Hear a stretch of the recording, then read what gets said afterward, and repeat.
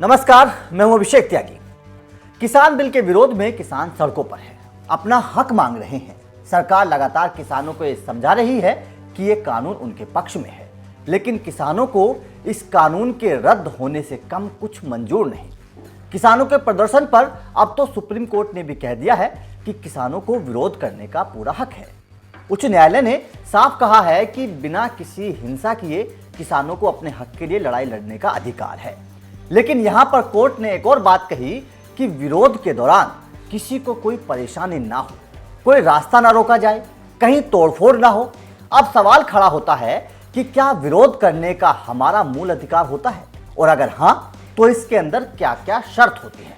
तो जरा इस पूरे मुद्दे को ध्यान से समझिए।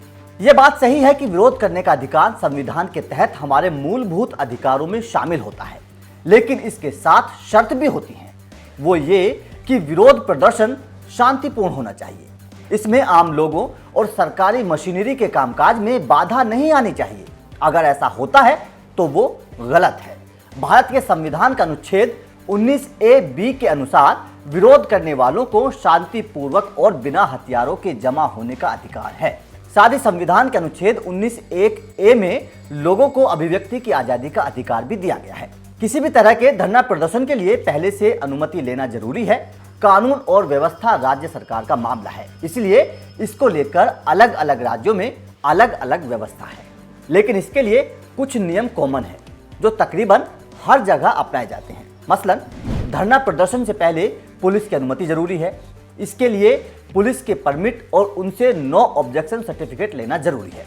अगर पुलिस को लगता है कि इससे इलाके की शांति को खतरा है और इससे तनाव या हिंसा के हालात पैदा हो सकते हैं, तो पुलिस परमिट देने से मना भी कर सकती है। धरना प्रदर्शन के बारे में हर तरह की जानकारी पुलिस को देना जरूरी है। पुलिस को यह भी बताना पड़ेगा कि धरना प्रदर्शन क्यों दिया जा रहा है, इसकी तारीख, तय समय सीमा और इसमें शामिल होने वाले लोगों की संख्या के बारे में भी पुलिस को बताना होगा कि यह विरोध प्रदर्शन है या फिर यह प्रदर्शन किन इलाकों से होकर गुजरेगा। अनुमति हासिल करने वाले का नाम, पता और फोन नंबर देना भी जरूरी है। अनुमति हासिल करने वाले के दस्तावेज मसलन पहचान पत्र, आवास प्रमाण पत्र, फोटोग्राफ और एफिडेविट देना भी जरूरी है। अब पाबंदियों के बारे में भी सुन लीजिए। संविधान 19A(b) अगर सभी नागरिकों को शांतिपूर्ण तरीके से धरना प्रदर्शन का अधिकार देता है, तो अनुच्छेद 19A(3) उसी पर कई तरह की पाबंदियां भी लगाता है, जिसके तहत धरना प्रदर्शन की अनुमति नहीं दी जा सकती।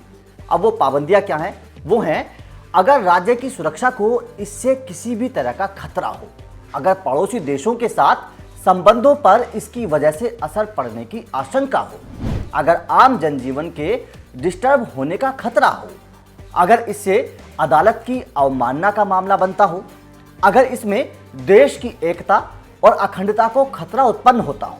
वैसे आपको बता दें कि विरोध प्रदर्शन को लेकर सुप्रीम कोर्ट लगातार ये कहता रहा है कि शांतिपूर्ण धरना प्रदर्शन करना किसी भी नागरिक का मौलिक अधिकार है।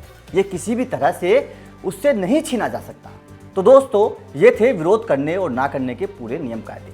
वैसे आपका इस किसान आंदोलन को लेकर क्या कहना है, हमें कमेंट करके जरूर बताइए।